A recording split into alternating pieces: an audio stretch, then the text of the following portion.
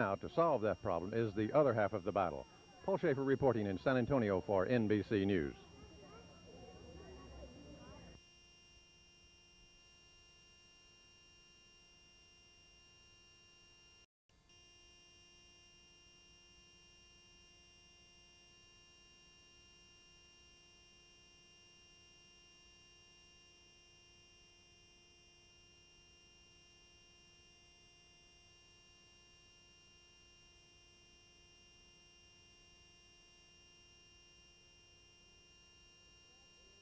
On a tightrope up there, man, go, let go of the edge of that house.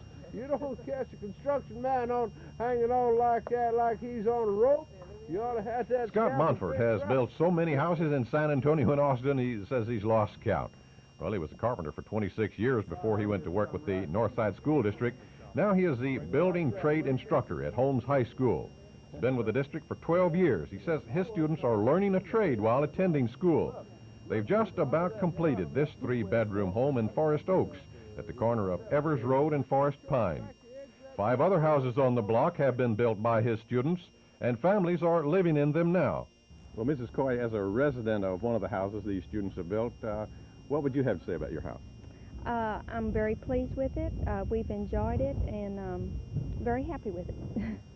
Well, some of the students that have been on these first 2 houses, some of them are in business for themselves, some are running work for others, and some are just like I was 14, 15 years ago. They're carpenter subs and painting subs and running their own crews now. The electrical trades class. Vocational director for the Northside School District, Bill Spanigle, said the houses have all sold at or above the appraised value. He said this house has already been sold, went for $60,000, which incidentally goes back into the school building trades program. The Northside School District is proud of their students' work, and they want to show it off with an open house that's scheduled for the first Sunday in May.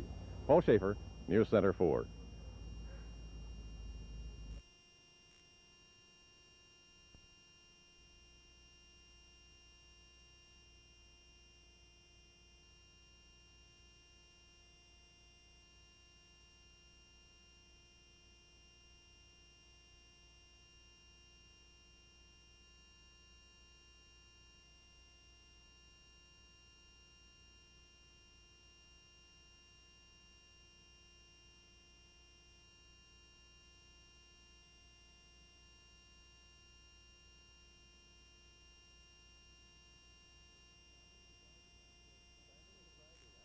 Standing beside the actual South Pole is Eagle Scout Mark Linemiller. He was selected over 2,200 other Eagle Scouts to participate in a 3-month expedition there and became the 3rd Eagle Scout ever to work at Antarctica.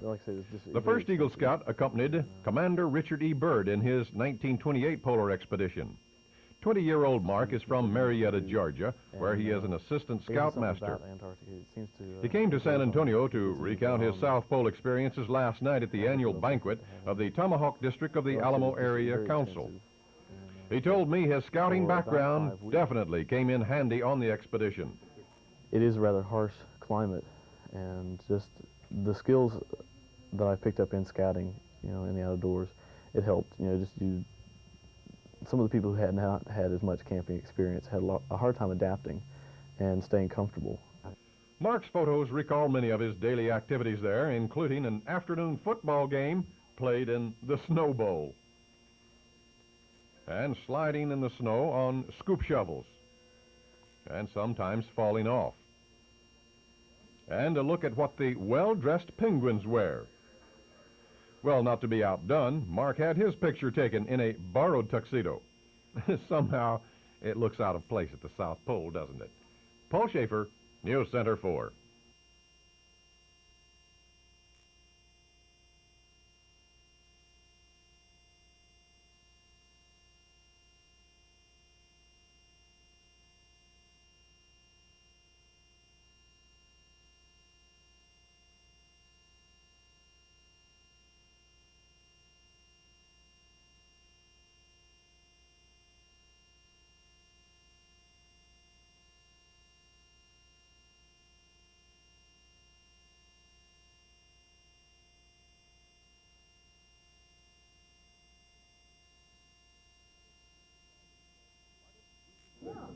Artist Susan Rogers says she can teach anyone to paint, and she proved it to me. This work was done by someone who had never painted before. Me. And it only took about 15 minutes. That's right, step by step, she talked me through the stages of painting this picture, while at the same time she worked on a similar scene. Very good. That's about a minute. So, good. Step by step, I want you to just scrub across your canvas. That's great. That looks real good. And then I want you to go ahead and fan very softly with a fan brush. See how that puts a lot of distance on your sky? Like this? Yeah. Oh, yeah. That's great. Just Susan is a 1967 graduate of Robert E. Lee High School and holds a political science degree from the University of Texas. Trying to get the colors kind of She came to town to demonstrate and conduct a one-day workshop to teach this revolutionary painting technique. Those demonstrations will be held Wednesday at the Oak Hills Motor Inn on Wurzbach near the Medical Center. The next day she will hold a one-day workshop. There's no blank canvas.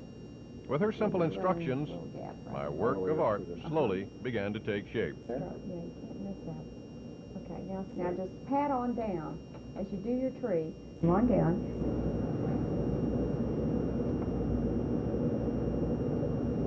I can't believe I painted the whole thing, but it took a lot of help from Susan Rogers, artist. Paul Schaefer, News Center 4.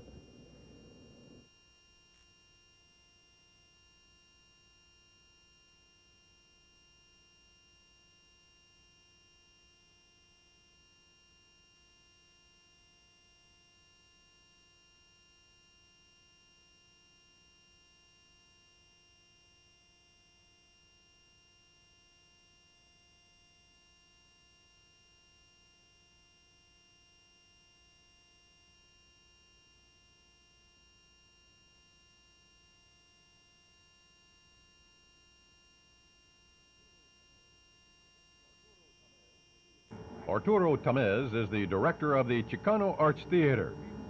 A native of San Antonio, he grew up on the west side, graduated from Tech High School, and spent 4 years in the Marine Corps. He has a part in the upcoming movie, The Code of Josie Wales. It's a sequel to Outlaw Josie Wales, and it was filmed in Texas at Alamo Village. I could say I was very lucky, but I can also say that I was prepared for this part in the movie. I've been in the business for about 10 years now, locally here in San Antonio. I have worked in theaters in Houston, in Austin, in San Antonio. Presently, I'm the director of Chicano Arts Theater here in San Antonio, which is a theater which provides an opportunity for persons like myself and everybody out there who's interested in working in theater. I went up to Alamo Village. A friend of mine told me about the motion picture, and I guess the director, Mr. Rusty Thornhill, and Cheyenne Rivera saw something in me, and I got hired. The movie, Code of Josie Wales, stars Michael Parks. It's expected to be released this summer. Paul Schaefer, News Center 4.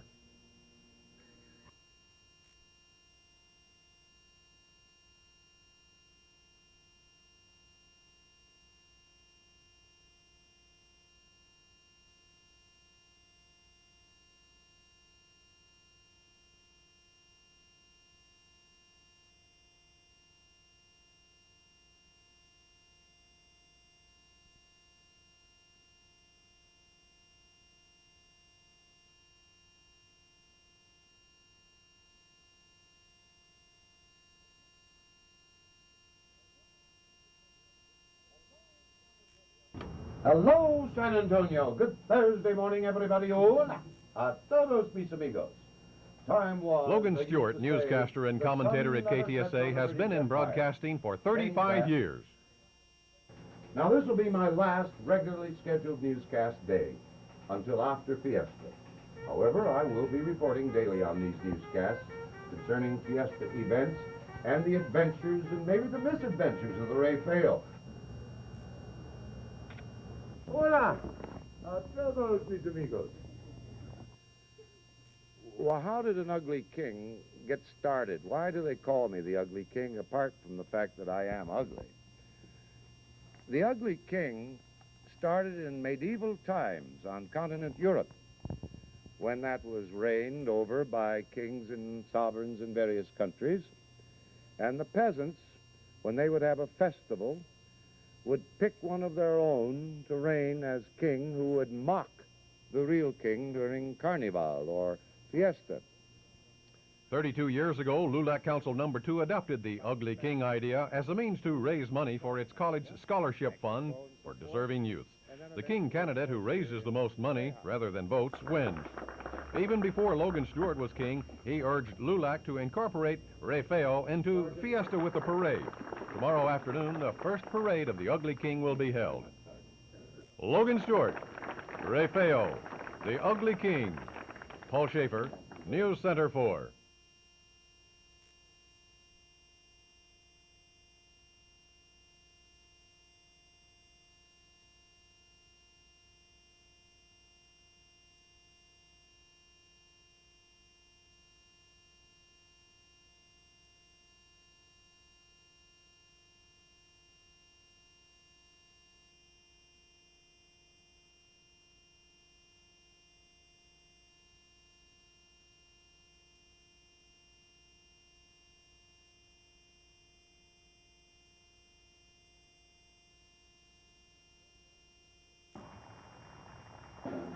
King Antonio the 58th, Rix Wilson.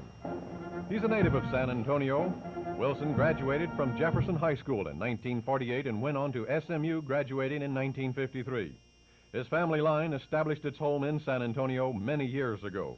His great-great-great-grandfather was a Spanish governor of Texas, and his great-great-grandfather was John W. Smith, the last messenger of the Alamo. Smith later became mayor of San Antonio in 1837.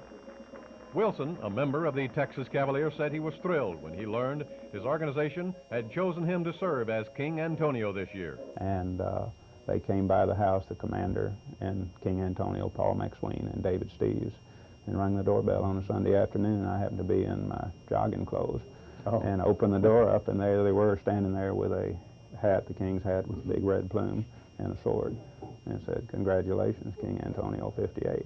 I said, "You're kidding." They said, "No."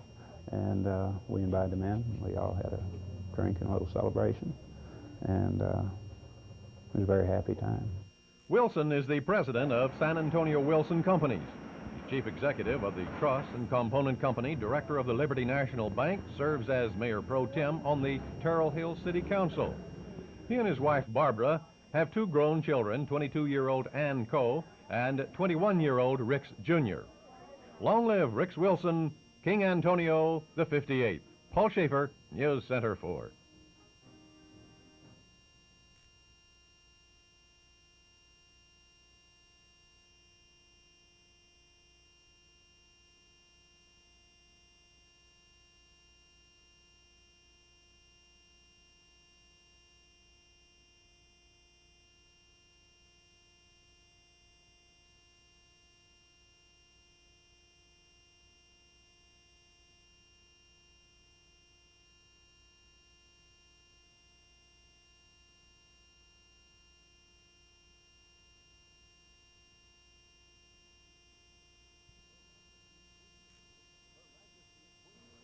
Her Majesty, Queen of the Court of Victorian Splendor, Mary Elizabeth of the House of Pryor. Order of the Alamo President Edward Hodge III crowned the Queen in ceremonies at the Convention Center Arena. The 22-year-old Fiesta Queen is a graduate of St. Mary's Hall and will graduate next month from the University of Texas with a major in general business. The Queen is the daughter of Mr. and Mrs. Ike T. Pryor. The family moved to San Antonio 8 years ago from Houston. But Elizabeth and her sisters Susan and Laura have always been fascinated by the Queen's coronation. We've been coming here for years and years and years when I was little, and I've always loved the coronation, and the Queen was always something, you know, so fabulous. So it is such a treat for me, yes. Now, way back, your sisters were pages, and you were too young to be anything. I was too young, but did that sort of start a spark? Yes, it really did. I was kind of jealous of their involvement, not being a part of it. But in 1978, her sister Laura was the Princess of Versailles in the court of the Sun King. And last year, Elizabeth was a duchess. This year's princess is Liza Billups, the princess of sovereign Europe. She is the daughter of Mr. and Mrs. James S. Billups. Elizabeth and Liza have been friends a long time. Elizabeth, or E.B. as her friends call her, loves softball and plays shortstop on a girls' team. Mary Elizabeth Pryor, a queen of fiesta. Paul Schaefer,